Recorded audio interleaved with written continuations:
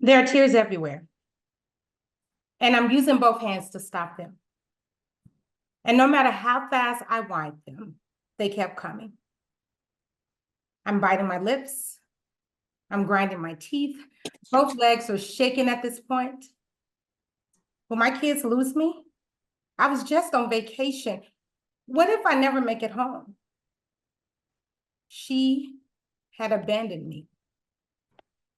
She had abandoned me at the epicenter of the busiest ER in Atlanta. My eyes feasted upon the broken, the beaten, the bloody, the mad, misplaced, and the smell. It smelled like blood mixed with urine, maybe like spoiled linen. No, it smelled like the poor suffocating in red tape. See, 24 hours before, I had ordered a personal masseuse. I had champagne. I was laughing like the rich and famous. And now they were ordering CAT scans, full panel blood work, EKGs, and I am crying like the infamous. The doctor, the nurse, whoever she was asking me questions. Ma'am, your date of birth? Do you have any medical history of strokes in your family? Does it hurt right there? Can you breathe slowly, please? Do you smoke, drink? Can you open your mouth? Ma'am, can you open your mouth? Can you give us a urine sample right now? Ma'am. I don't remember what she was saying because I was too busy standing around the room looking for my friend who had dropped me off. I was staring blankly around at the door, waiting for her to come back to hold my hand in my darkest moment. Everyone in the room had someone with them, but not me. Where was she? Miss Addison, follow me. More testing to probe me, to stab needles in my body. And damn, there goes the waterworks again. They say big girls don't cry. That's lies.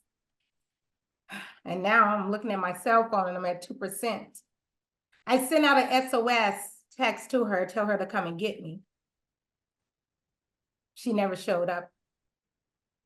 And that triggered me. See, I felt this way before when my dad never showed up to save me from the monsters in my life, or when I ran away at 16, or my first heartbreak. I was now in familiar territory. My friend Arita had now made the list of people who would let me down. I mean, she had planned this whole trip. Girl, we're gonna have so much fun. I can't wait to see you. It's been too long. We about to turn up. We were like one empty nester and one semi-empty nester. We were single and ready to mingle. See, Arita and I had known each other for 12 years, since 2012. And I was her child's teacher. And she stayed at my home. She cooked for my family. She attended my college graduation. She was my secret keeper. And we're on this vacation in beautiful Puerto Plata, DR. We shared a room.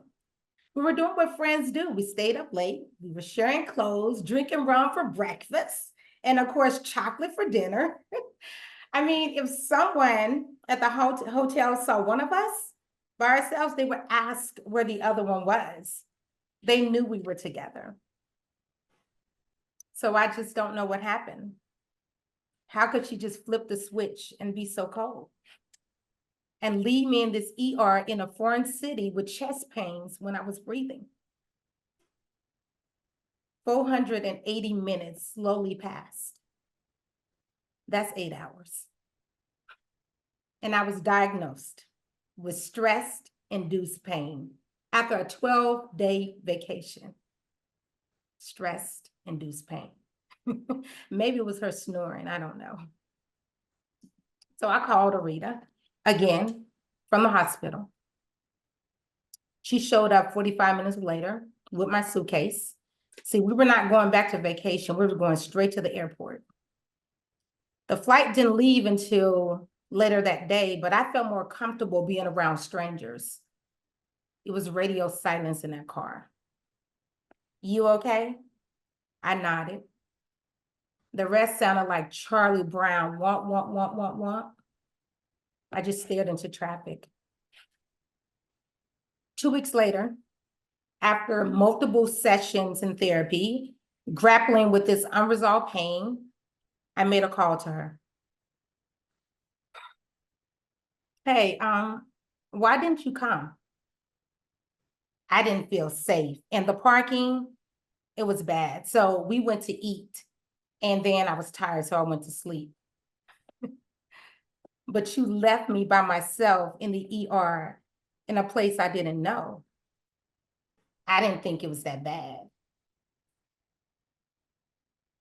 She didn't think it was that bad.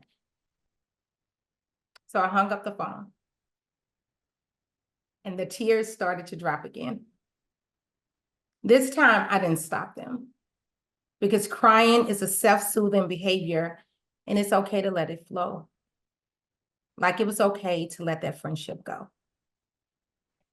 See, my military training has taught me to never leave someone behind, to have courage when faced with challenges, and to be stronger when others people's level of commitment is weak.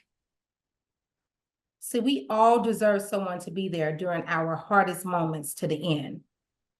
We all deserve a good friend.